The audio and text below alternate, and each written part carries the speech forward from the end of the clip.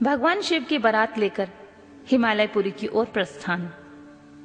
ब्रह्मा जी कहते हैं, मुने, तदनंतर भगवान शंभु ने नंदी आदि सभी गणों को अपने साथ हिमालयपुरी को चलने की प्रसन्नता पूर्वक आज्ञा देते हुए कहा, तुम लोग थोड़े से गणों को यहाँ रखकर शेष सभी लोग मेरे साथ बड़े उत्साह एवं आनंद से युक्त हो गिरिराज हिमवान के नगर को चलो।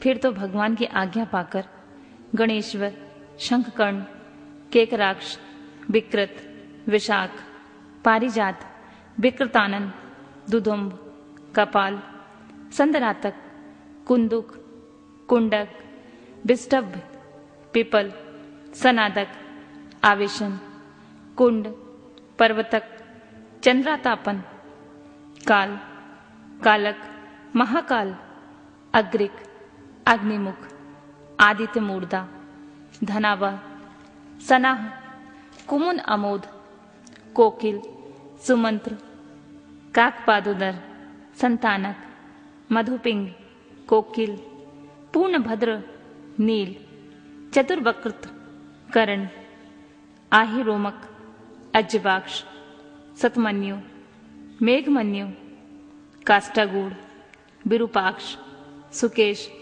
वृषभ, सनातन, तालकेतु, षंडमुख, चैत्र, स्वयं प्रभु, लकुलीश, लोकांतक, दीप्तात्मा, दैत्यांतक, भृंगिरिटी, देवदेव प्रिय, अशनि, भानुक, प्रमथ तथा वीरभद्र अपने असंख्य कोटि कोटि गणों तथा भूतों को साथ लेकर चले।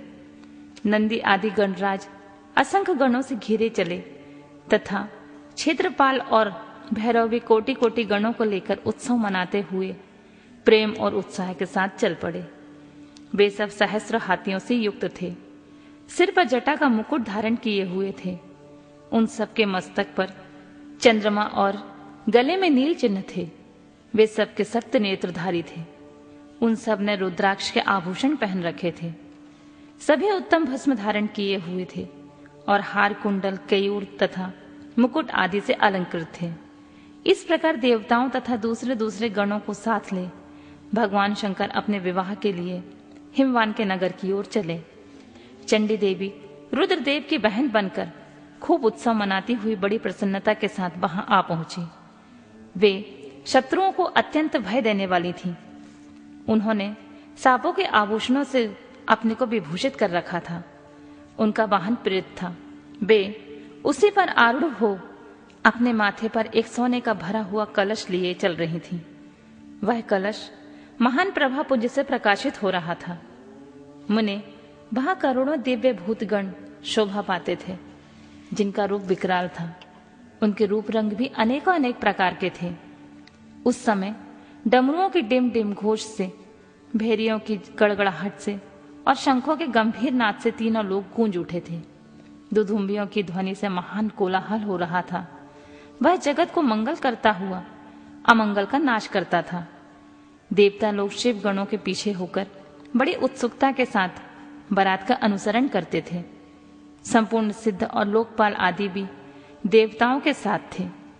देव मंडली के मध्य भाग में गरुड़ के आसन पर बैठकर लक्ष्मीपति भगवान विष्णु चल रहे थे। मुने, उनके ऊपर महान छत्र तना हुआ था, जो उनकी शोभा बढ़ाता था। उस पर चमर डुलाए जा रहे थे।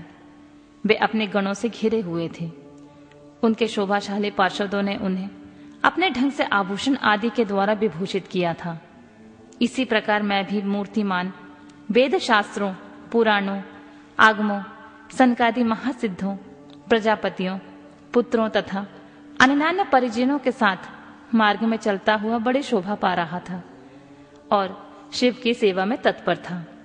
देवराज इंद्र भी नाना प्रकार के आभूषणों से विभूषित हो ऐरावत हाथी पर आरूढ़ होकर वे अपनी सेना के बीच चलते हुए अत्यंत सुशोभित हो रहे थे। उस समय बारात के साथ यात्रा करते हुए बहुत से ऋषि भी अपने तेज से प्रकाशित हो रहे थे।